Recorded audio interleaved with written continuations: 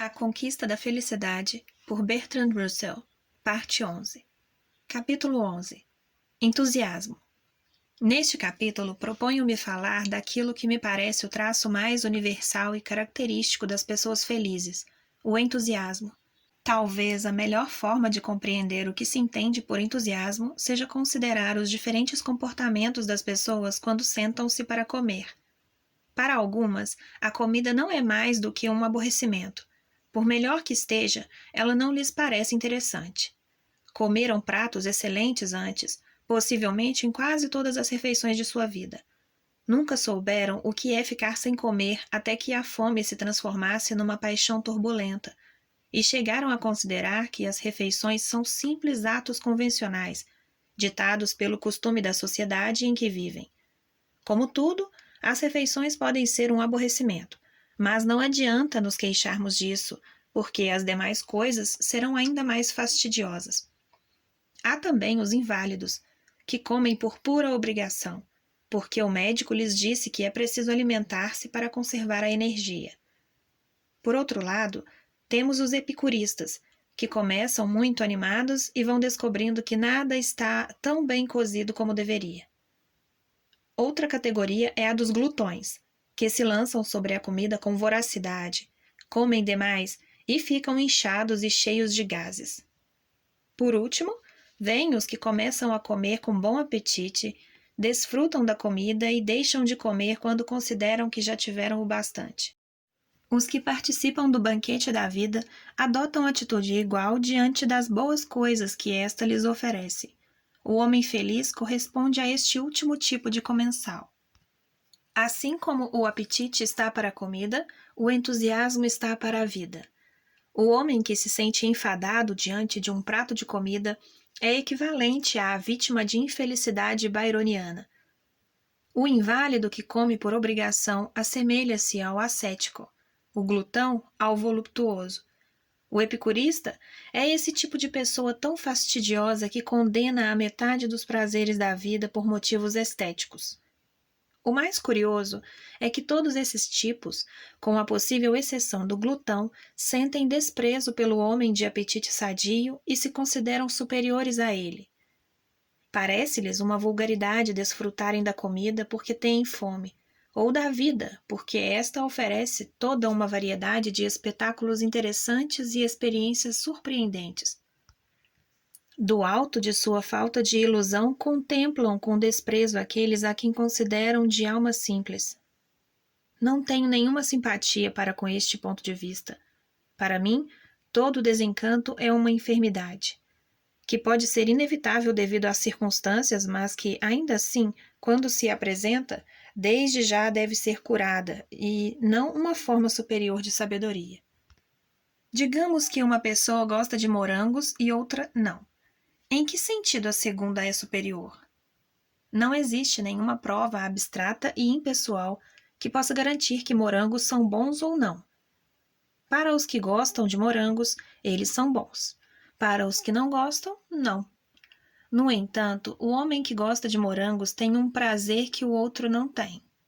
Nesse aspecto, sua vida é mais agradável e ele está mais bem adaptado ao mundo em que ambos devem viver. E o que é certo neste exemplo dos mais simples é também verdade em questões mais importantes. Nesse aspecto, o torcedor de futebol é superior àquele que não torce por time nenhum. O que gosta de ler é ainda mais superior do que aquele que não gosta, porque tem muito mais oportunidades de ler do que de assistir a partidas de futebol. Quanto mais coisas despertem o interesse do homem, tanto maiores suas oportunidades de felicidade e tanto menores as oportunidades de ele ficar exposto aos caprichos do destino, já que, se lhe falta uma das coisas, sempre poderá recorrer à outra. A vida é muito curta para que possamos nos interessar por tudo, mas convém concentrar nosso interesse em todas as coisas que possam preencher nossos dias. Todos somos propensos à enfermidade do introvertido, que, ao ver desdobrar-se diante de si múltiplos espetáculos do mundo, desvia os olhos e só se concentra em seu vazio interior.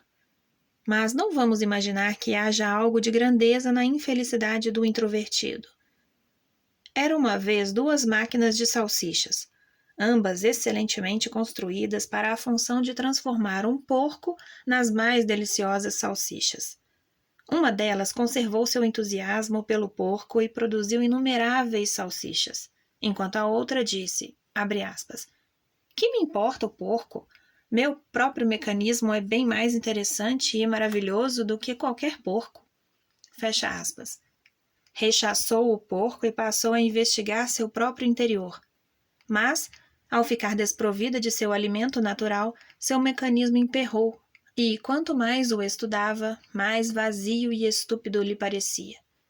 Toda a maquinaria de precisão, que havia até então levado a cabo a deliciosa transformação, ficou parada, e a máquina, incapaz de adivinhar para que servia cada peça.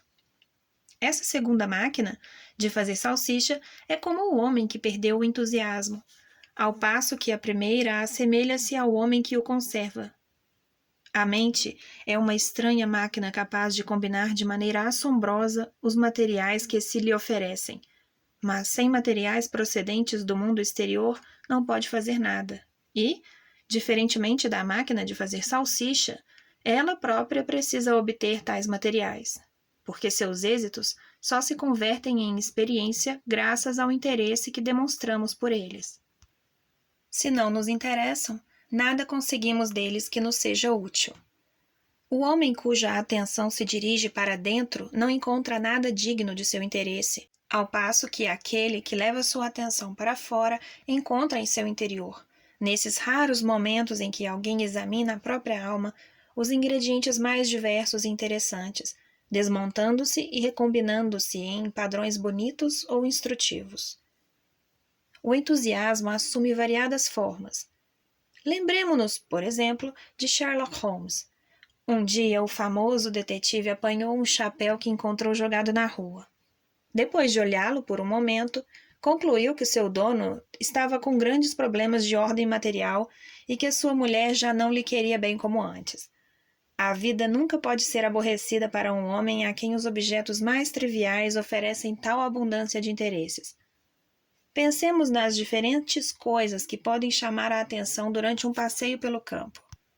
Um homem, os pássaros, outro, a vegetação, um terceiro, as plantações, outros mais, a geologia e assim por diante. Todas essas coisas são interessantes para aqueles que se interessam por elas e, sendo iguais todas as outras circunstâncias, o homem que se interessa por qualquer uma delas se acha mais bem adaptado ao mundo do que aquele que não se interessa. Como são assombrosamente variadas as atitudes das diferentes pessoas para com o próximo. Durante uma longa viagem de trem, um homem pode não se concentrar em nenhum dos seus companheiros de viagem, ao passo que um outro terá analisado todos eles, examinado seu caráter e deduzido com sagacidade a situação de cada um deles na vida, podendo, inclusive, chegar a descobrir muitos de seus segredos. As pessoas se diferenciam tanto no que sentem pelos demais quanto no que chegam a saber deles. Há pessoas que estão sempre aborrecidas com tudo, já outras sentem a maior facilidade em desenvolver sentimentos amistosos para com aquelas com quem entram em contato, a menos que exista uma razão concreta para sentir de outra maneira. Vejamos novamente a questão da viagem. Algumas pessoas viajam por muitos países, instalando-se sempre nos melhores hotéis, comendo exatamente a mesma comida que comeriam em sua casa, encontrando-se com os mesmos ricos ociosos com os quais se encontrariam se estivessem em casa, falando dos mesmos assuntos de que falariam na sala de jantar de sua casa. Quando regressam, seu único sentimento é o de alívio por terem acabado com o enfado de uma viagem cara. Outras pessoas, aonde quer que vão, veem o que é característico de cada lugar, conhecem os nativos, observam tudo o que tem interesse histórico ou social, comem a comida do país, aprendem seus costumes e idiomas, e voltam para casa com um belo acúmulo de pensamentos agradáveis para as noites de inverno. Em todas essas diferentes situações, O homem com entusiasmo pela vida leva vantagem sobre o homem sem entusiasmo. Para aqueles, até as situações desagradáveis se revelam úteis. Alegro-me por haver me imiscuído no meio de uma multidão chinesa ou de uma aldeia siciliana, embora não possa dizer que houvesse experimentado muito prazer naquele momento. Os aventureiros aprendem com naufrágios, motins, terremotos, incêndios e todo tipo de experiências desagradáveis, desde que não cheguem ao extremo de prejudicar seriamente a própria saúde. Diante de um terremoto costumam dizer, abre aspas, então é assim um terremoto? Fecha aspas. E lhes causa prazer esse novo elemento acrescentado a seu conhecimento do mundo. Não seria correto dizer que tais homens não se acham à mercê do destino, porque, se perdessem a saúde, possivelmente perderiam também o entusiasmo, embora isso não seja algo que se possa avaliar de maneira segura. Conheci homens que morreram depois de anos de lenta agonia e que, ainda assim, conservaram seu entusiasmo quase até o último momento. Algumas doenças destroem o entusiasmo, enquanto outras não. Não sei se os bioquímicos são capazes de distinguir um tipo do outro. Pode ser que, após a bioquímica avançar mais, venhamos a tomar pílulas que nos façam sentir interesse por tudo. Mas, até que esse dia chegue, estaremos obrigados a depender do senso comum para observar a vida e distinguir quais são as causas que permitem a alguém sentir interesse por tudo, enquanto a um outro nada interessa. Às vezes, o entusiasmo é geral, outras vezes é localizado. Pode até ser muito localizado, na verdade. Os leitores de Jory Barrow devem recordar-se de um personagem que aparece em A Língua dos Ciganos. Ele perde a esposa, a quem adorava, e, durante algum tempo, sente que a vida já não tem nenhum sentido. Mas começa a interessar-se pelas inscrições chinesas nos bules e caixas de chá e, com a ajuda de um dicionário francês-chinês, para cujo uso teve antes que aprender francês, dedica-se a decifrá-las, adquirindo assim um novo interesse na vida, embora nunca chegue a utilizar seus conhecimentos de chinês para outros propósitos. Conheci homens que estavam completamente absortos na tarefa de aprender tudo sobre a heresia gnóstica e outros cujo principal interesse consistia em cotejar os manuscritos de Thomas Hobbes com suas primeiras edições. Nunca dá para saber de antemão o que vai interessar a um homem, mas quase todos são capazes de interessar-se por isso ou por aquilo. E, quando tal ocorre, a vida deixa de ser enfadonha. Os gostos acentuados e específicos são uma fonte de felicidade menos satisfatória do que o entusiasmo geral pela vida, já que dificilmente preenchem todo o tempo de um homem, e há sempre o risco de ele vir a saber tudo o que há para saber sobre esse assunto específico que se tornou seu hobby. Devemos recordar que, entre os diferentes tipos de comensais num banquete, incluímos o glutão, a quem não fizemos qualquer elogio. O leitor poderia pensar que o homem entusiasmado, a quem temos elogiado tanto, não se distingue do glutão em nenhum aspecto determinado. Este é o momento de estabelecer diferenças mais concretas entre esses dois tipos. Como todos sabemos, os antigos consideravam a moderação uma das virtudes fundamentais. Sob a influência do romantismo e da Revolução Francesa, este ponto de vista foi rechaçado por muitos e as paixões devastadoras viraram motivo de admiração. Embora fossem, como as dos heróis de Byron, do tipo destrutivo e antissocial. É claro que os antigos tinham razão. Numa vida boa deve existir equilíbrio entre as diferentes atividades e nenhuma delas deve ir tão longe que torne impossíveis as demais. O glutão sacrifica todos os outros prazeres ao de comer e, dessa forma, diminui a felicidade total de sua vida. Há muitas outras paixões, além da gula, que podem chegar a excessos semelhantes. A imperatriz Josefina era uma glutona no que diz respeito às roupas.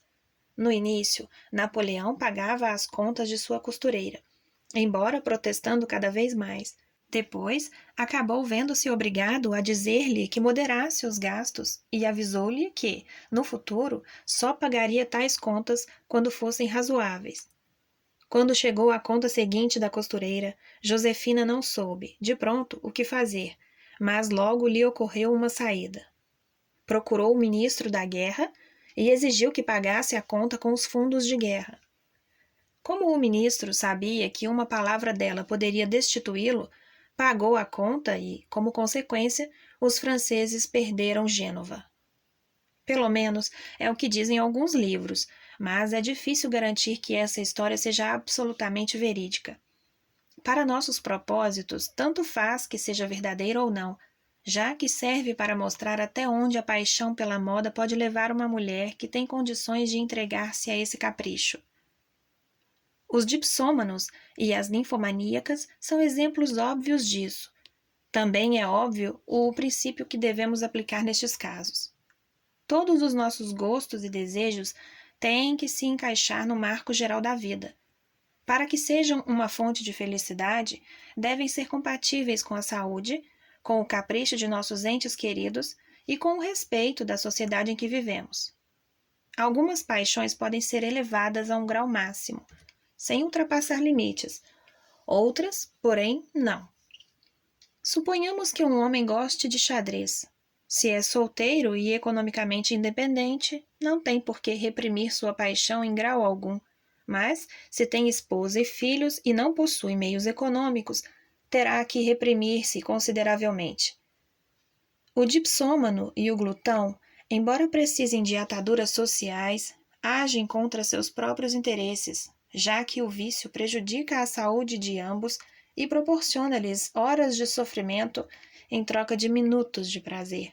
Há certas coisas que formam uma estrutura a que devem adaptar-se todas as paixões, se não quisermos que transformem em fonte de sofrimento.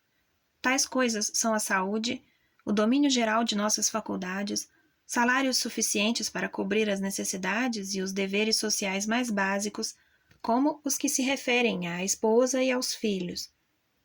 O homem que sacrifica essas coisas pelo xadrez é realmente tão censurável como o dipsômano.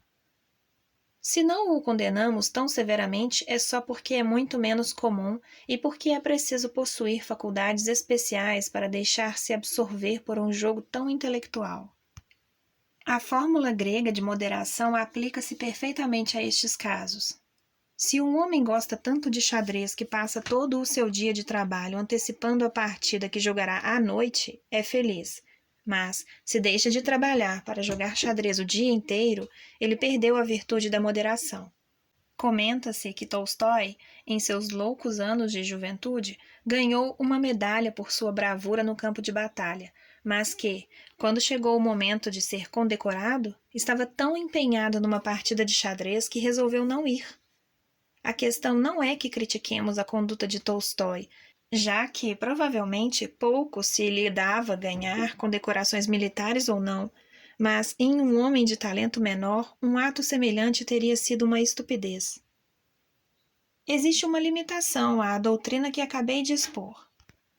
Temos de admitir que alguns comportamentos são considerados tão essencialmente nobres que justificam o sacrifício de todos os demais. O homem que dá sua vida em defesa da pátria não é censurado, mesmo que a esposa e os filhos fiquem na miséria. Aquele que se dedica a realizar experimentos com vistas a uma grande invenção ou descoberta científica não se vê, em geral, culpado pela pobreza em que manteve sua família, sempre que seus esforços se vejam coroados de êxito no final. Se não chegar a conseguir a invenção ou a descoberta que buscava, a opinião pública o chamará de maluco, o que parece injusto, já que nesse tipo de empreendimento nunca podemos estar seguros da vitória. Durante o primeiro milênio da era cristã, exaltava-se o homem que abandonava sua família para seguir uma vida de santidade, ao passo que agora seria exigido dele que deixasse a coberto as necessidades dos seus. Acho que sempre existe uma profunda diferença psicológica entre o glutão e o homem de bom apetite. Os que se deixam dominar por um desejo à custa de todos os outros costumam ser pessoas com algum problema interior, que tentam escapar de um fantasma. No caso do dipsômano, é evidente.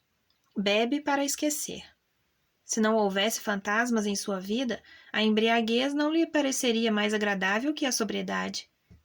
Como dizia o chinês da piada, abre aspas, eu não bebo por beber, eu bebo para me embriagar, fecha aspas.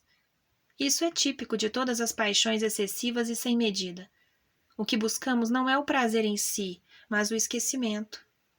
Uma atitude é buscar o esquecimento de maneira embrutecedora, e outra, muito diferente, é buscá-lo mediante o exercício de faculdades positivas. O personagem de Borrow, que aprendia chinês para suportar a perda da esposa, também buscava o esquecimento, mas buscava-o por intermédio de uma atividade que não tinha efeitos prejudiciais e, sim, melhorava sua inteligência e cultura. Nada há a dizer contra essas formas de escape, mas é muito diferente o caso daqueles que buscam o esquecimento na bebida, no jogo ou em um outro tipo de satisfação não benéfica. Claro que existem casos ambíguos. Que diríamos do homem que se arrisca loucamente em um aeroplano ou escalando montanhas porque a vida se transformou para ele num enfado? Se o risco serve para algum fim público, podemos admirá-lo, mas, se não for assim, nós o colocaremos muito pouco acima do jogador e do bêbado. O entusiasmo autêntico, não aquele que na verdade é uma busca de esquecimento, faz parte da natureza humana, a menos que tenha sido destruído por circunstâncias adversas. As crianças interessam-se por tudo que veem e ouvem. O mundo está cheio de surpresas, e elas sempre estão fervorosamente empenhadas na busca de conhecimentos. Não de conhecimento escolástico, naturalmente, mas desse tipo de conhecimento que consiste em familiarizar-se com os objetos que lhes chamam a atenção. Os animais conservam seu entusiasmo inclusive na vida adulta, desde que estejam com saúde. Um gato que entre numa casa desconhecida não se acomodará enquanto não houver farejado todos os cantos para, por exemplo, ver se não há cheiro de rato em alguma parte. O homem que não tenha sofrido nenhum trauma grave manterá seu interesse natural pelo mundo exterior, e, enquanto o mantiver, a vida será agradável para ele, a menos que limitemos excessivamente a sua liberdade. A perda de entusiasmo na sociedade civilizada deve-se em grande parte às restrições à liberdade, necessárias para manter nosso modo de vida.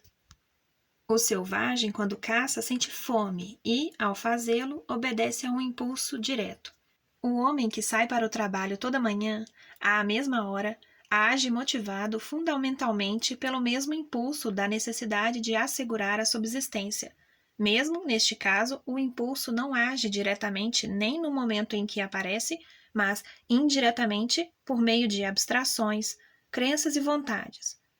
No momento de sair para o trabalho, o homem não sente fome, já que acabou de fazer o café da manhã.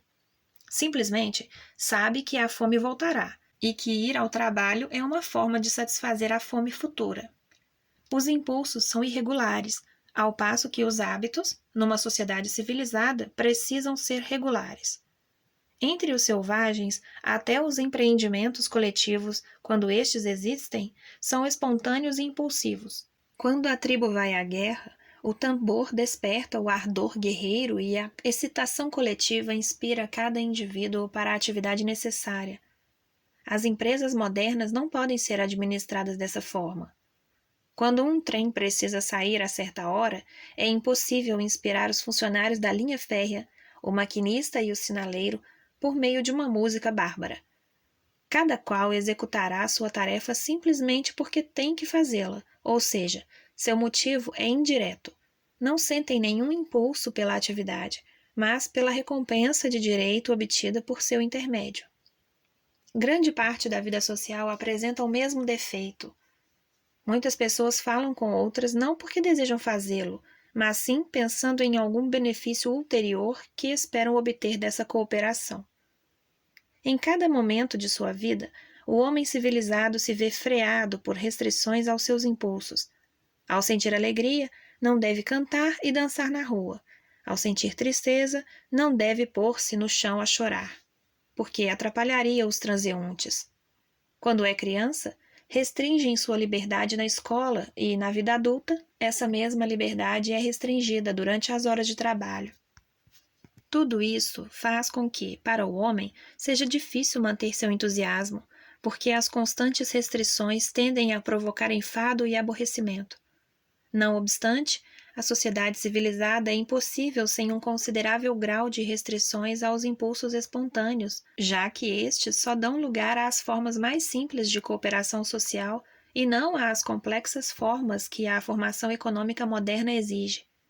Para superar tais obstáculos ao entusiasmo, precisamos de energia e de saúde em abundância, ou, pelo menos, de termos a boa sorte de trabalhar em algo que nos seja interessante. A saúde, a julgar pelas estatísticas, melhorou de maneira constante em todos os países civilizados durante os últimos 100 anos, mas a energia é mais difícil de medir e duvido que, agora, as pessoas tenham tanto vigor físico em momentos de saúde como em outros tempos. O problema é, em grande medida, de tipo social e, como tal, não é minha intenção comentá-lo neste livro. O problema tem um aspecto pessoal e psicológico que já comentamos ao falar da fadiga. Algumas pessoas mantêm o entusiasmo apesar dos impedimentos da vida civilizada e várias outras fariam o mesmo, caso se livrassem dos conflitos psicológicos internos em que despendem grandes partes das suas energias. O entusiasmo requer mais energia do que aquela necessária ao trabalho e, para isso, é preciso que a maquinaria psicológica esteja funcionando bem. Nos próximos capítulos falarei mais sobre as maneiras de facilitar o bom funcionamento desta maquinaria. Entre as mulheres, agora menos do que antes, mas ainda em grande medida, por culpa do conceito errôneo de respeitabilidade, muito do entusiasmo esvaiu-se. Era mal visto que as mulheres se interessassem abertamente pelos homens e se mostrassem muito animadas em público. Tentando aprender a não se interessar pelos homens, tendiam, não raro, ao desinteresse total, apenas valorizando certas normas de comportamento correto. Evidentemente, inculcar uma atitude de inatividade e de afastamento da vida é inculcar algo prejudicial para o entusiasmo. É o mesmo que fomentar certo tipo de introspecção, característico de muitas mulheres respeitáveis, sobretudo se não tiveram estudo. Não lhes interessam os esportes na mesma medida em que estes interessam aos homens. Não lhes importa a política. Sua atitude para com os homens é de grande frialdade e, para com as mulheres, de uma velada hostilidade baseada na convicção de que estas são menos respeitáveis do que elas próprias. Presumem que não precisam de ninguém, ou seja, sua falta de interesse pelos demais lhes parece uma virtude. Naturalmente, não podem ser culpadas por isso. Apenas aceitam a doutrina moral que imperou durante milênios para as mulheres.